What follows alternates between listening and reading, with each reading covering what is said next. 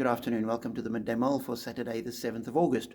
Continuing to follow Robert Murray McShane's reading, today we read Judges chapter 21, the end of the book of Judges.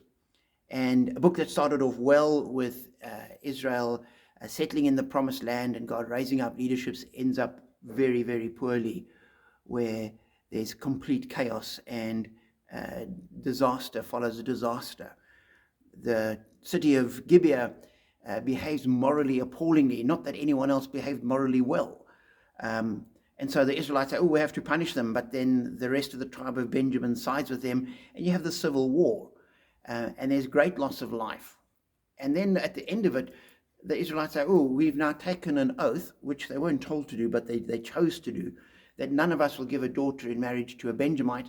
And now these poor Benjamites, where are they going to find wives? And if they don't have wives, the tribe of Benjamin's going to die out, and Israel's going to have lost one of the tribes. And it's just sort of completely bizarre. And as I read through it, I thought it's almost comical in how bad it gets. And I was reminded of those old sort of Three Stooges kind of movies and TV shows where you have one bad situation, so people come up with a really harebrained scheme which just compounds the matters and makes it even worse. So they have to come up with another scheme which is even worse than the first scheme, and it's exactly the same thing playing out here. And the whole book ends in verse 25. In those days Israel had no king, everyone did as they saw fit. And so in the pages of scripture it's saying without a king things go completely pear-shaped, and therefore a king is necessary to bring it all back together. And we see that finally played out with David holding it together, establishing the kingdom.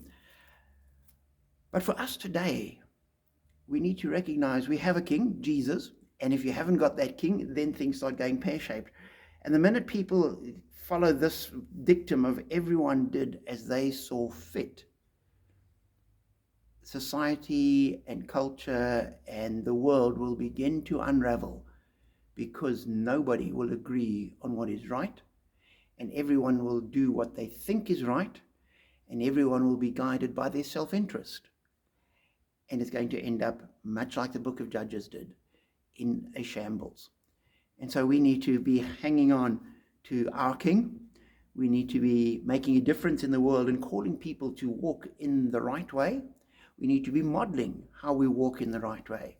We need to be the salt of the earth, stopping the rot, being a preservative in society, adding flavor and making a difference. So be encouraged that without God, without the King, things are going to be bad. With the King, it all starts coming together. That is where we are, and we are blessed.